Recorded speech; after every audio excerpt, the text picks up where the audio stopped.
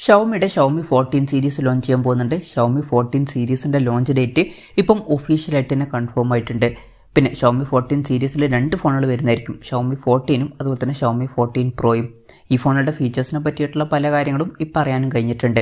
എന്തായാലും ഈ ഒരു വീഡിയോയിൽ നമ്മൾ നോക്കാൻ പോകുന്നത് ഷവോമി 14 സീരീസിനെ പറ്റിയിട്ടാണ്. അപ്പം ആദ്യം നമ്മൾ ഫീച്ചേഴ്സും കാര്യങ്ങളൊക്കെ നോക്കുകയാണെന്നുണ്ടെങ്കിൽ ഡിസ്പ്ലേയുടെ കാര്യത്തിൽ ഷവോമി 14ൽ 6.44 ഇഞ്ചിൻ്റെ 1.5K ഡിസ്പ്ലേ വന്നേക്കാം. OLED പാനലും കാര്യങ്ങളൊക്കെ ഇതിൽ വരുന്നതായിരിക്കും. പ്രോ വെർഷനിൽ 6.6 ഇഞ്ചിൻ്റെ അല്ലാന്നുണ്ടെങ്കിൽ 6.7 ഇഞ്ചിൻ്റെ 2K ഡിസ്പ്ലേ വരുന്നതായിരിക്കും. അപ്പം പ്രോ വെർഷനിൽ കുറച്ചും കൂടി ബെറ്റർ ആയിട്ടുള്ള ഒരു റെസൊല്യൂഷനും കാര്യങ്ങളൊക്കെ വരുന്നതായിരിക്കും. OLED പാനൽ തന്നെ ആയിരിക്കും ഇതിൽ വരിക. ഈ ഫോണുകളിൽ ഫ്ലാറ്റ് ആയിട്ടുള്ള ഡിസ്പ്ലേയും കാര്യങ്ങളൊക്കെ ആയിരിക്കും വരിക. അതുപോലെ തന്നെ ഈ രണ്ട് ഫോണുകളിലും 120 Hz റിഫ്രഷ് റേറ്റും കാര്യങ്ങളൊക്കെ സപ്പോർട്ട് ചെയ്യുന്നതായിരിക്കും.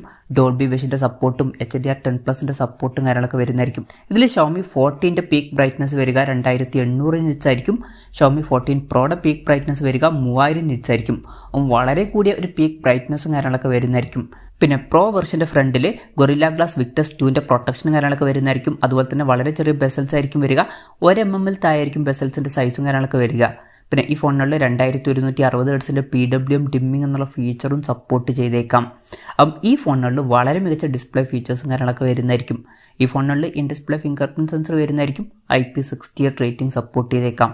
ഈ ഫോണുകളുടെ ബ്ലാക്ക്, വൈറ്റ്, ഗ്രീൻ എന്നീ കളർ വേരിയൻസ് ലോഞ്ച് ചെയ്തേക്കാം. ഇതിൽ 14ൽ ഒരു പിങ്ക് കളർ വെർഷനും വന്നേക്കാം. പ്രോസസ്സറിൻ്റെ കാര്യത്തിലോട്ട് വരികയാണെന്നുണ്ടെങ്കിൽ രണ്ട് ഫോണുകളിലും സെയിം ആയിട്ടുള്ള പ്രോസസ്സറായിരിക്കും വരിക.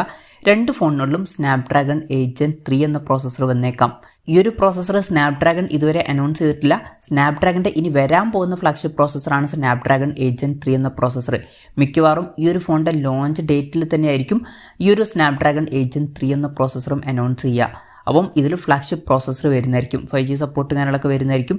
പിന്നെ ഈ ഫോണുകളുടെ ബേസ് വേരിയൻറ്റിൽ 12 GB റാമും 256 GB ഇൻറ്റേർണലും വന്നേക്കാം. 16 GB റാമും 512 GB ഇൻറ്റേർണലുമായിട്ട് വരുന്ന വെർഷനും 16 GB റാമും 1 TB ഇൻറ്റേർണലുമായിട്ട് വരുന്ന വെർഷൻസും വന്നേക്കാം. പിന്നെ LPDDR5Xൻ്റെ റാമും UFS 4.0 സ്റ്റോറേജ് ടൈപ്പും ഒക്കെ ഇതിൽ വരുന്നതായിരിക്കും.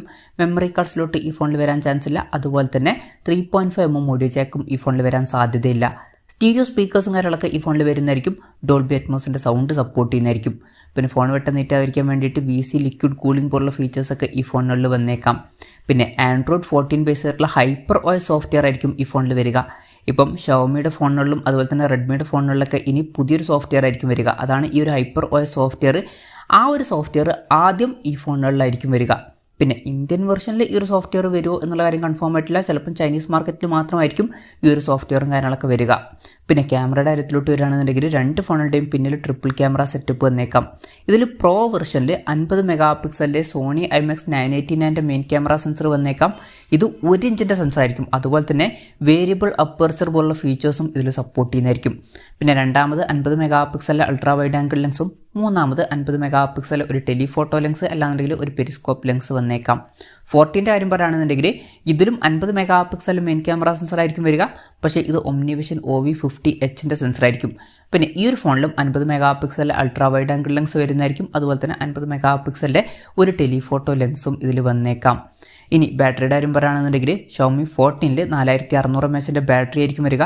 90 വാട്ടിൻ്റെ ഫാസ്റ്റ് ചാർജിങ് സപ്പോർട്ടും വരുന്നതായിരിക്കും. എന്നാൽ പ്രോ വെർഷനിൽ 4860 mAhൻ്റെ ബാറ്ററിയും 120 വാട്ടിൻ്റെ ഫാസ്റ്റ് ചാർജിങ് സപ്പോർട്ടും വരുന്നതായിരിക്കും. ഈ രണ്ട് ഫോണുകളിലും 50 വാട്ടിൻ്റെ വയർലെസ് ചാർജിങ് സപ്പോർട്ടും 10 വാട്ടിൻ്റെ റിവേഴ്സ് വയർലെസ് ചാർജിങ് സപ്പോർട്ടും വരുന്നതായിരിക്കും. അപ്പോൾ ഇതൊക്കെയാണ് ഇപ്പം ഫീച്ചേഴ്സിനെ പറ്റിയിട്ട് അറിയാൻ കഴിഞ്ഞിട്ടുള്ള കാര്യങ്ങൾ. ലോഞ്ച് ഡേറ്റിൻ്റെ കാര്യം പറയുകയാണെന്നുണ്ടെങ്കിൽ ഒക്ടോബർ 26-നായിരിക്കും ഈ സ്മാർട്ട് ഫോൺ ലോഞ്ച് ചെയ്യുക. പക്ഷേ ആ ഒരു ദിവസം ചൈനീസ് മാർക്കറ്റിലായിരിക്കും ഈ ഫോൺ ലോഞ്ച് ചെയ്യുക. ഇന്ത്യൻ മാർക്കറ്റിൽ ആ ഒരു ദിവസം ലോഞ്ച് ചെയ്യില്ല. ഇന്ത്യൻ മാർക്കറ്റിലെ ലോഞ്ച് ഡേറ്റിനെ പറ്റിയിട്ടുള്ള ന്യൂസുകളൊന്നും ഇപ്പം പുറത്തു വന്നിട്ടില്ല. അതിനെ പറ്റിയിട്ടുള്ള ന്യൂസുകളൊക്കെ വരുമ്പം അതിനെ പറ്റിയിട്ടുള്ള വീഡിയോസൊക്കെ നമ്മൾ ചെയ്യുന്നതായിരിക്കും. അപ്പം അതുപോലുള്ള വീഡിയോസൊക്കെ കാണാൻ താല്പര്യമുണ്ടെന്നുണ്ടെങ്കിൽ ഈ ചാനൽ സബ്സ്ക്രൈബ് ചെയ്യാവുന്നതാണ്. വിലയുടെ കാര്യം പറയുകയാണെന്നുണ്ടെങ്കിൽ അതിനെ പറ്റിയിട്ടുള്ള ന്യൂസുകളൊന്നും ഇപ്പം പുറത്തു വന്നിട്ടില്ല. എന്നാലും നമ്മുടെ എക്സ്പെക്റ്റേഷനും കാര്യങ്ങളൊക്കെ പറയുകയാണെന്നുണ്ടെങ്കിൽ ഇതിൽ ഷവോമി 14 എന്നുള്ള സ്മാർട്ട് ഫോണ് ചിലപ്പം ഒരു 50,000-60,000 രൂപ പ്രൈസ് റേഞ്ചിലായിട്ട് ലോഞ്ച് ചെയ്തേക്കാം. അതുപോലെ തന്നെ 14 പ്രോ എന്നുള്ള സ്മാർട്ട് ഫോൺ ചിലപ്പം ഒരു 80,000 രൂപ പ്രൈസ് റേഞ്ചിലേക്കായിട്ട് ഇന്ത്യൻ മാർക്കറ്റിൽ ലോഞ്ച് ചെയ്തേക്കാം. എന്തായാലും കൺഫർമേഷൻസ് ഒന്നും ഇപ്പം പുറത്ത് വന്നിട്ടില്ല. ജസ്റ്റ് നമ്മുടെ എക്സ്പെക്റ്റേഷൻ പറഞ്ഞു എന്നേ ഉള്ളൂ. എന്തായാലും വളരെ മികച്ച ഫീച്ചേഴ്സുമായിട്ട് ഷവോമി 14 സീരീസ് ലോഞ്ച് ചെയ്യാൻ പോകുന്നുണ്ട്. നല്ലൊരു പ്രൈസിങ്ങിലും കൂടി ലോഞ്ച് ചെയ്യുകയാണെന്നുണ്ടെങ്കിൽ വളരെ നല്ലൊരു കാര്യമായിരിക്കും. എന്തായാലും ഷവോമി 14 സീരീസിനെ പറ്റിയിട്ടുള്ള നിങ്ങളുടെ അഭിപ്രായം ജസ്റ്റ് ഒന്ന് കമൻറ്റ് ചെയ്യുക. അതുപോലെ തന്നെ ഈ സ്മാർട്ട് ഫോണുകൾ ഇന്ത്യൻ മാർക്കറ്റിൽ നിങ്ങളേത് പ്രൈസിങ്ങിലാണ് എക്സ്പെക്റ്റ് ചെയ്യുന്നത് എന്നുള്ള കാര്യം കൂടി ജസ്റ്റ് ഒന്ന് കമൻറ്റ് ചെയ്യുക.